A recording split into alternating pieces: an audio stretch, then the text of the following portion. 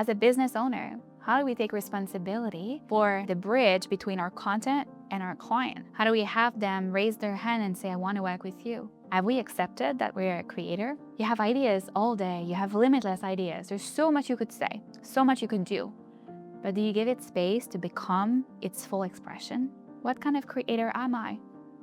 Why do I create? What am I here to say and give if I don't expect anything from people? We need to understand the way we can be a content creator sustainably so that it grows our business, but also fulfills us creatively without burning us out. Good morning, everyone. It is Marjolaine, your secret co-founder, and today I want to bring creativity and spaciousness back into content creation. I've been talking lately to so many incredible business owners and creators that are feeling kind of burned out with the wheel of content creation.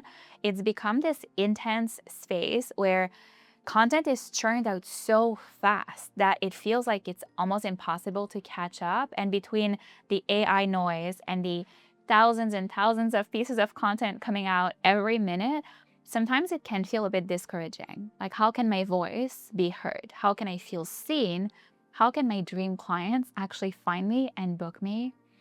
And this is where it's so confusing, right? Because the clients that do book you and find you are so grateful they did. They're like, thank you so much for being there, for existing. I love working with you.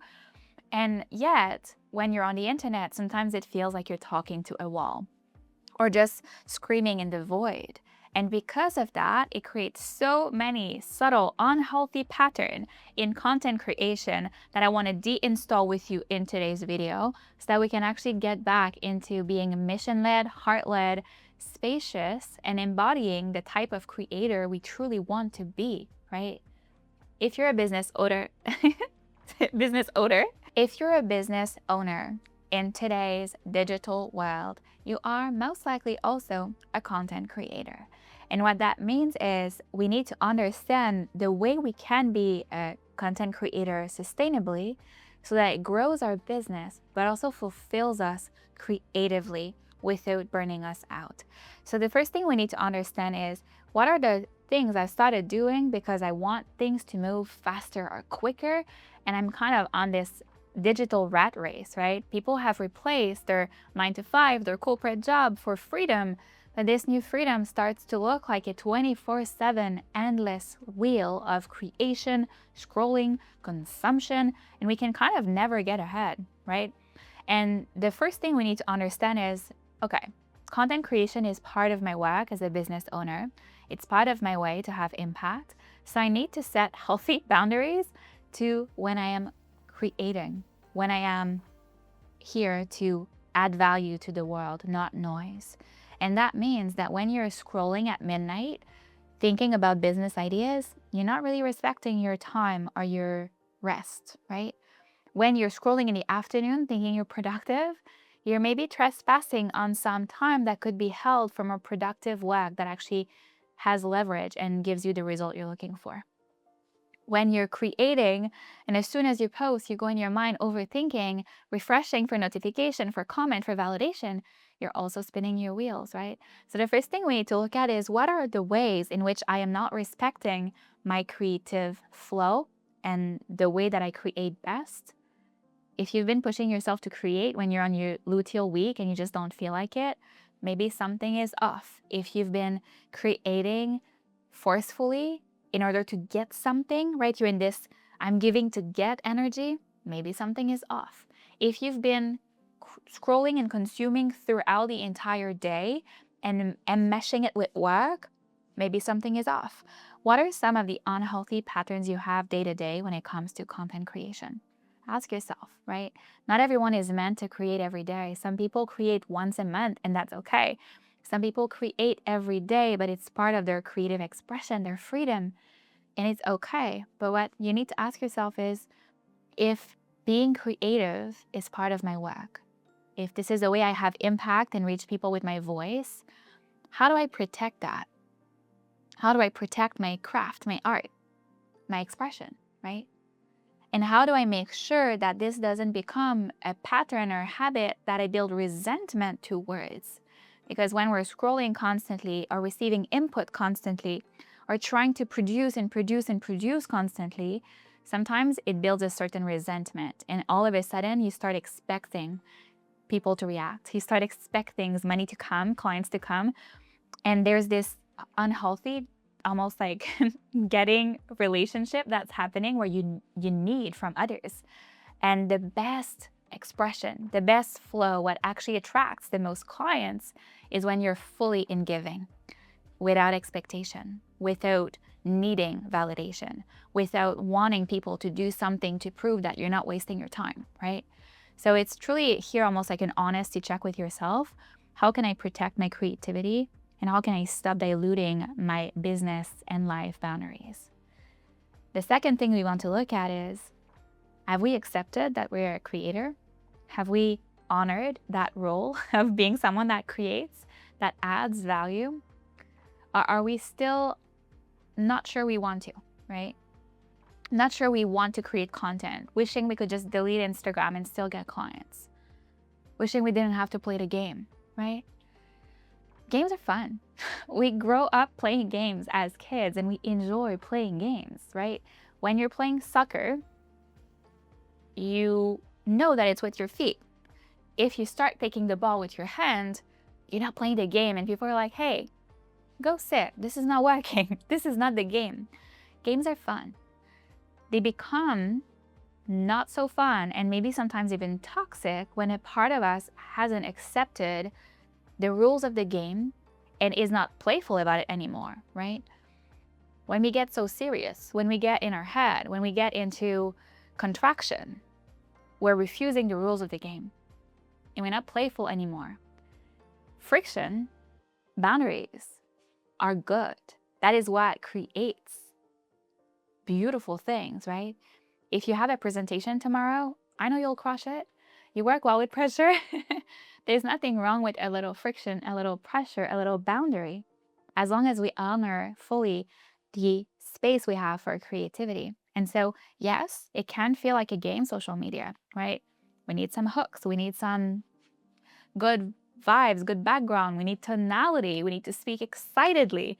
If I start speaking like this, maybe you're going to leave because you're going to be bored. And if I start mumbling, you're not going to understand what I'm saying, right? There is a certain level of acceptance that needs to come in. I'm playing a game here. But if you're anything like me, it's fun to play games and it's fun to want to win the game, and we can still express ourselves fully within the rules of the game, right? So noticing what is just frames and base foundation, right? Creating content needs a frame. We need to contain the content. We need to let the ideas simmer, develop, become a little bit better, right? When you're writing a song, there are rules to a song that is good. There are rules to a poem that lands in the body. These are just small reminders of what we need to pay attention to. When we bring awareness to what is needed, and then we playfully express ourselves within, we fully claim our freedom back. And so as a creator, I'm asking you, what are you here to express? What are you here to say? If you stop making such a big deal out of the game and start just playfully playing the game with an intention to win, but also a subtle detachment that it's all play and it's okay, who would you be as a creator? How would you liberate your voice, put yourself out there, get innovative?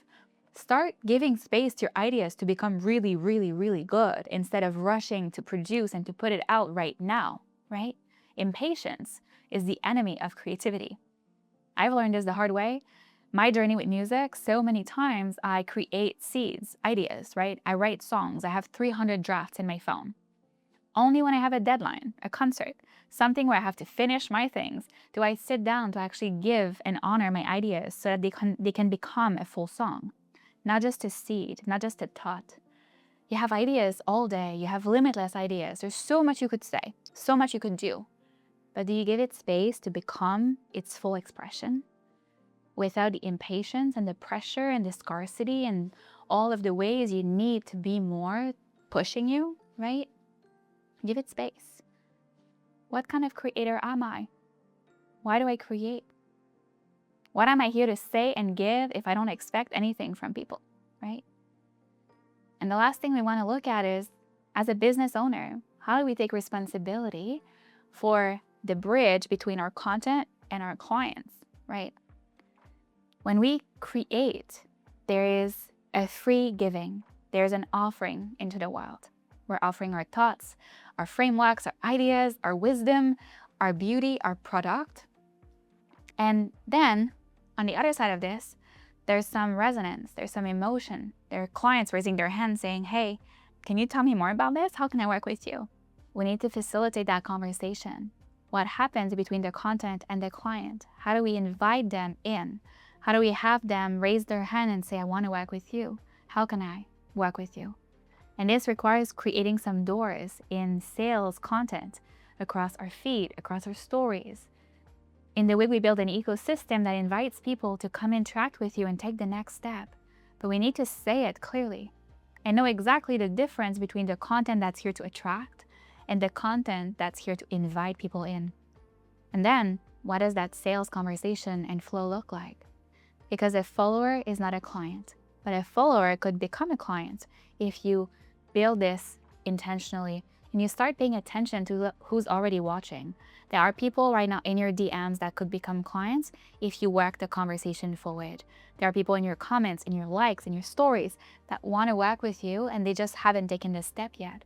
So becoming a business owner that understands that, yes, content is important, but the most important is talking to people all day, every day in many ways, and becoming excellent at understanding the mechanism between content and clients.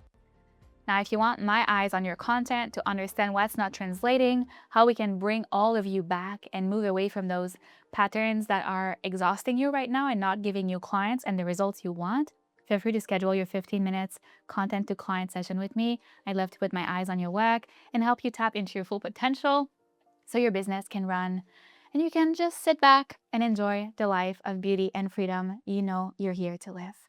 I'll see you there.